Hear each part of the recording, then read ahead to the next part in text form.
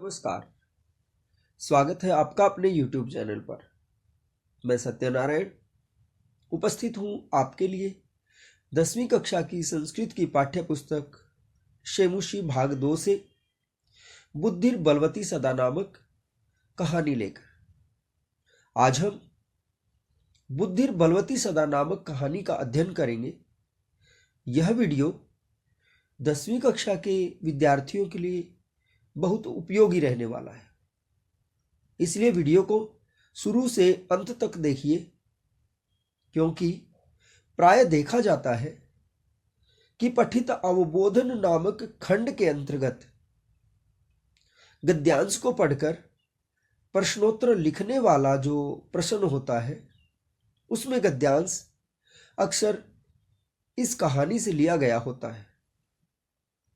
इस कहानी में एक स्त्री के माध्यम से बताया गया है कि किस प्रकार से मनुष्य अपनी बुद्धि का प्रयोग करके बड़ी से बड़ी समस्याओं से पार पा सकता है। तो आइए देखते हैं हम बुद्धिर बलवती सदा। अस्ति देउलाख्यो ग्राम, देउल नाम के किसी गांव में तत्र राजसिंह नाम राजपुत्र वसति स्म। वहां पर राजसिंह नाम का कोई राजपुत्र रहता था। एकदा केनापि आवश्यक कार्येण तस्य भार्या बुद्धिमती पुत्र द्व्योपेता पितुर्गृहं प्रति चलिता। एक बार किसी आवश्यक कार्य के लिए उसकी पत्नी बुद्धिमती अपने 2 पुत्रों को लेकर अपने पिता के घर की ओर चल पड़ी। मार्गे गहने कानने सा एकम व्याघ्रम ददर्श। रास्ते में गहरे जंगल में उसने एक बाघ को देखा।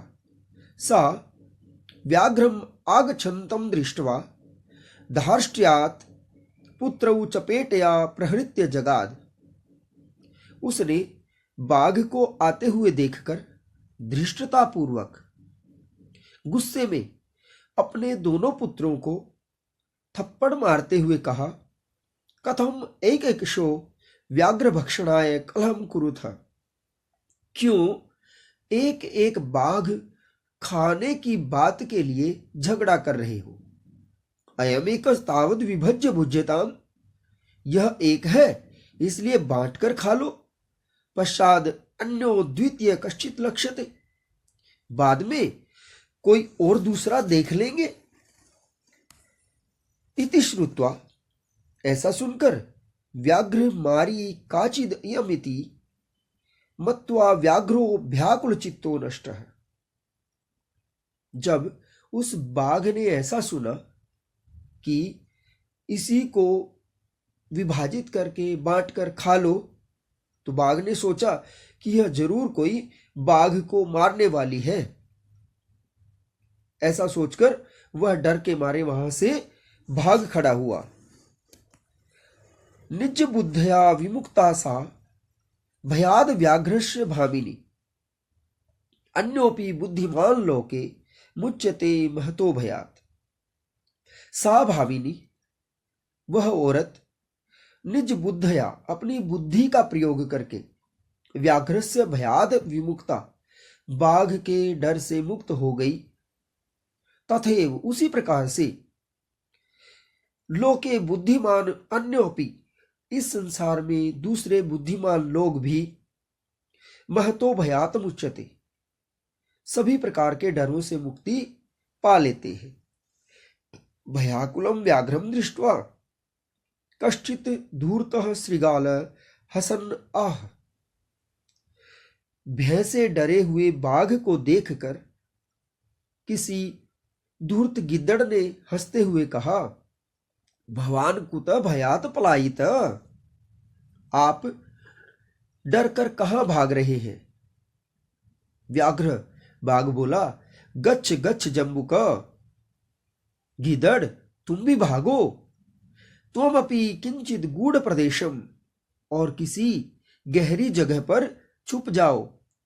यतो व्याघ्रमारी इति या शास्त्रे श्रूयते तया हम हंतुम आरब्ध, परम गृहीत कर जीवितो नष्ट शीघ्रम तदग्रत। क्योंकि जैसा शास्त्रों में हमने सुना था कि कोई बाघ को मारने वाली औरत होती है, आज उसने मुझे मारना आरंभ कर ही दिया था कि मैं अपनी जान हथेली पर लेकर तदग्रता शीघ्रम नष्ट, उसके आगे से भाग लिया। गिद्दड़ कहता है, व्याघ्र, बाघ, तुया महत कौतुकम आवेदितम यद मानुषादपि विभेषी। आज तुमने बहुत आश्चर्य की बात बताई है कि तुम मनुष्य से भी डरते हो। फिर बाघ ने कहा, प्रत्यक्षम एवं मया सात्म पुत्रावेकशौ मामत्तुम कलहायमानौ चपेटया प्रहरन्ति दृष्टा।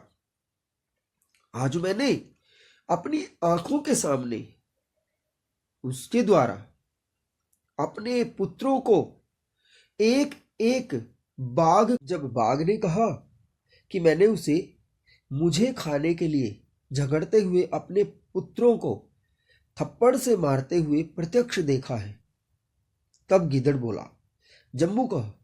जम्बुक ने कहा, स्वामिन, हे स्वामी, यत्रास्ते सा धूर्ता तत्र गम्यता। जहां पर वह धूर्त स्त्री है वह चलो। व्याघ्र, हे बाघ, तव पुनः तत्र गतस्य सा सम्मुखम अपेक्षते यदि त्रही त्वया अहम हंतव्य इति। अगर वह तुम्हें वहां गए हुए दोबारा देखकर ना भाग जाए तो तुम मुझे मार देना। व्याघ्र, बाघ ने कहा, श्रीगाल, अरे गिद्दड़, यदि त्वं मां मुक्त्वा यासी तदा वेलापि अवेलास्यात्। अगर तुम मुझे छोड़कर भाग गए तो यह जो समय है वो मेरे लिए बुरा समय बन जाएगा। जम्बुकः, गिद्दड़ बोला, यदि एवं तर्हि माम निज गले बद्ध्वा चल सत्वरम। अगर ऐसी बात है तो मुझे अपने गले में बांधकर जल्दी चलो। स व्याघ्र तथा कृत्वा काननम ययौ। उस बाघ ने वैसा किया और जंगल में चला गया। श्रीगालेन सहितम पुनरायांतम व्याघ्रम दूरात दृष्ट्वा बुद्धिमती चिंत्यते। गीदड़ के साथ बाघ को आते हुए देखकर उस बुद्धिमती ने सोचा, जम्बुक कृतोत्साहाद व्याघ्रात कथम मुच्यतम। गीदड़ के द्वारा हिम्मत बढ़ाए गए बाघ से किस प्रकार बचा जाए। परम प्रत्युत्पन्नमति सा जम्बुकम आक्षिपन्ति अंगुल्या त्रजयन्ति उवाच। परंतु प्रत्युत्पन्नमति होता है अचानक से किसी भी चीज का उत्तर देने वाला। तो जब उस बुद्धिमती ने गीदड़ के द्वारा उत्साह बढ़ाए हुए बाघ को दूर से आते हुए देखा तो उसने उसका निराकरण करने के लिए गीदड़ की तरफ उंगली उठाकर आक्षेप करते हुए और डांटते हुए कहा, रे रे धूर्त, त्वया दत्तम मह्यम व्याघ्रत्रयम पुरा। तुमने मुझे पहले 3 बाघ देने की बात कही थी। विश्वास्य अद्य एकमानीय कथम यासी पदधुना। और मुझे ऐसा विश्वास दिलाकर आज तुम 1 बाघ लेकर आ रहे हो, बताओ क्यों। तो इत्युक्त्वा धाविता तूर्णम व्याघ्रमारी भयंकरा। ऐसा कहकर वह व्याघ्रमारी, भयंकर व्याघ्रमारी भागने लगी। व्याघ्रोपि सहसा नष्ट गलबद्ध श्रीगाल का। और गले में गीदड़ बंधा हुआ वह बाघ भी डर के कारण वहां से भाग खड़ा हुआ। एवं प्रकारेण, इस प्रकार से व्याघ्रजाद भयाद पुनरपि मुक्ता अभवत। वह बुद्धिमती बाघ से उत्पन्न हुए डर से पुनः मुक्त हो गई। अतएव उच्यते, इसलिए कहा गया है, बुद्धिर बलवती तन्वी सर्व कार्येषु सर्वदा। हे तन्वी, हे कृशांगी, हे देवी, सभी कामों में हमेशा बुद्धि ही बलवान होती है, अर्थात बुद्धि की ही जीत होती है। देखिए इस पाठ के शब्दार्थ हम देखते हैं। भार्या, भार्या का अर्थ होता है पत्नी। पुत्र द्वयोपेता, पुत्र द्वयो जमा उपेता, पुत्र द्वय जमा उपेता, दो पुत्रों के साथ। उपेता साथ, कानने वन में, ददर्श देखा, धार्ष्ट्यात ढीठता से, चपेटया थप्पड़ से, प्रहृत्य प्रहार करके या मारकर, जगाद बोली या बोला, कलह झगड़ा, विभज्य बांटकर, लक्ष्यते ढूंढ लेंगे, व्याघ्र मारी बाघ को मारने वाली, नष्ट भाग गया, भामिनी औरत, जम्बुकः गीदड़, गूढ़ प्रदेशम गहरी जगह पर, गृहीत कर जीवित जान को हथेली पर लेकर, आवेदितम बताया, प्रत्यक्षम प्रत्यक्ष सामने, सा आत्मपुत्रौ, सा वह, आत्मपुत्रौ अपने दोनों पुत्रों को, एक एक शह एक एक करके, अत्तुम भक्षितुम कलहायमानौ झगड़ा करते हुए, प्रहरंती प्रहार करती हुई, मारती हुई, इक्षते देखती है, वेला समय, आक्षिपंती आक्षेप करती हुई, तर्जयंती डांटती हुई, विश्वास्य विश्वास दिलाकर, तूर्णम शीघ्रता से जल्दी से, भयंकरा भयंकर, गलबद्ध श्रृगालक गले में बंधा हुआ है गीदड़ जिसके ऐसा बाघ। तो देखिए आगे इस पाठ का अभ्यास देखते हैं। एक पदेन उत्तरतः, एक पद में उत्तर देना है। बुद्धिमती कुत्र व्याघ्रम ददर्श, बुद्धिमती ने बाघ को कहाँ देखा? तो उत्तर लिखना है गहने कानने, गहने कानने। भामिनी कया विमुक्ता, भामिनी निज बुद्धया, कया की जगह निज बुद्धया, सर्वदा सर्व कार्येषु का बलवती, बुद्धि बुद्धि, व्याघ्र कस्मात् बिभेति, मानुषात्, प्रत्युत्पन्नमति, बुद्धिमती, कम किम आक्षिपन्ति उवाच। यह किम की जगह कम होगा क्योंकि जो गिदड़ है वो पुल्लिंग में है, तो यहां पर कम, कम की जगह हम लिखेंगे श्रीगालम। अधोलिखितानां प्रश्नानां उत्तराणि संस्कृत भाषया लिखत। यहां पर पूर्ण वाक्य में उत्तर देना है। बुद्धिमती केनुपेता पितुर्गृहं प्रति चलिता, बुद्धिमती पुत्र द्वयोपेता पितुर्गृहं प्रति चलिता, व्याघ्र किम विचार्य पलायित, इयं व्याघ्रमारी इति विचार्य, इयं व्याघ्रमारी इति विचार्य व्याघ्र पलायित। लोके महतो भयात् क मुच्यते, लोके महतो भयात् बुद्धिमान मुच्यते। जम्बुकः किम वदन् व्याघ्रस्य उपहासं करोति, भवान् कुतो भयात् पलायित, भवान् कुतो भयात् पलायित इति वदन् जम्बुकः व्याघ्रस्य उपहासं करोति, बुद्धिमती श्रीगालं किम उक्तवती। बुद्धिमती श्रीगालम उक्तवती रे रे धूर्त श्रीगालः रे रे धूर्त श्रीगालः त्वया दत्तम मह्यम व्याघ्रत्रयं पुरा। बुद्धिमती श्रीगालम उक्तवती रे रे धूर्त श्रीगालः त्वया दत्तम मह्यम व्याघ्रत्रयं पुरा इति स्थूल पदम आधृत्य प्रश्न निर्माणम कुरुत।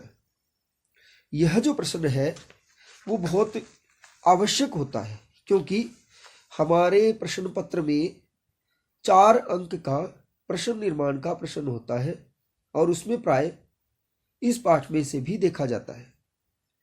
तत्र राजसिंहो नाम राजपुत्र वसति स्म। यहां पर राजसिंह इसकी जगह हमने लिखना है कः। बुद्धिमती चपेटया पुत्रौ प्रहृतवती। चपेटया की जगह लिखना है कया। व्याघ्रम दृष्ट्वा धूर्तः श्रीगालः अवदत्।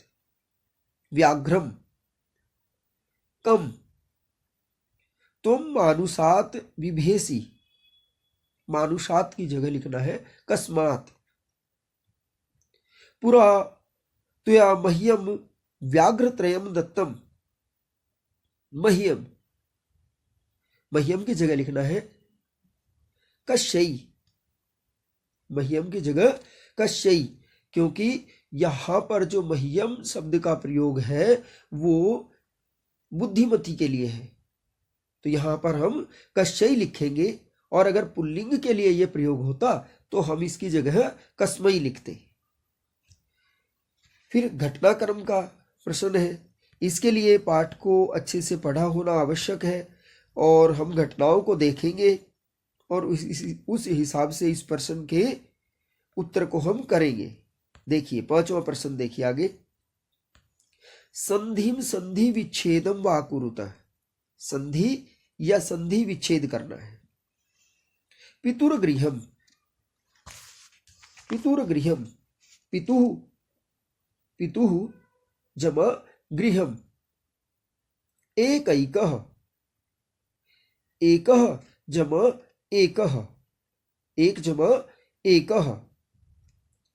फिर देखिए अन्यः जमा अपि, अन्यः जमा अपि, अन्योपि विसर्गों की जगह ओ हो जाएगा और आ को पूर्व रूप हो जाएगा।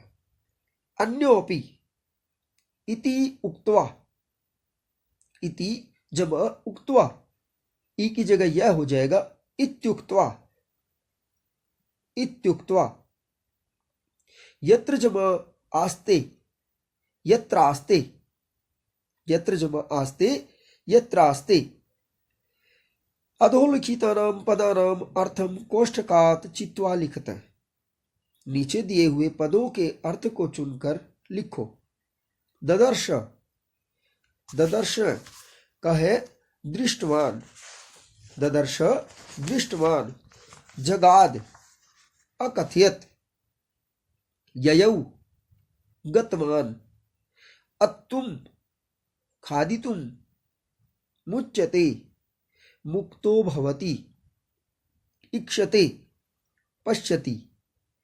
प्रश्न नंबर 7 देखिए। पाठात चित्वा पर्याय पदम लिखतः।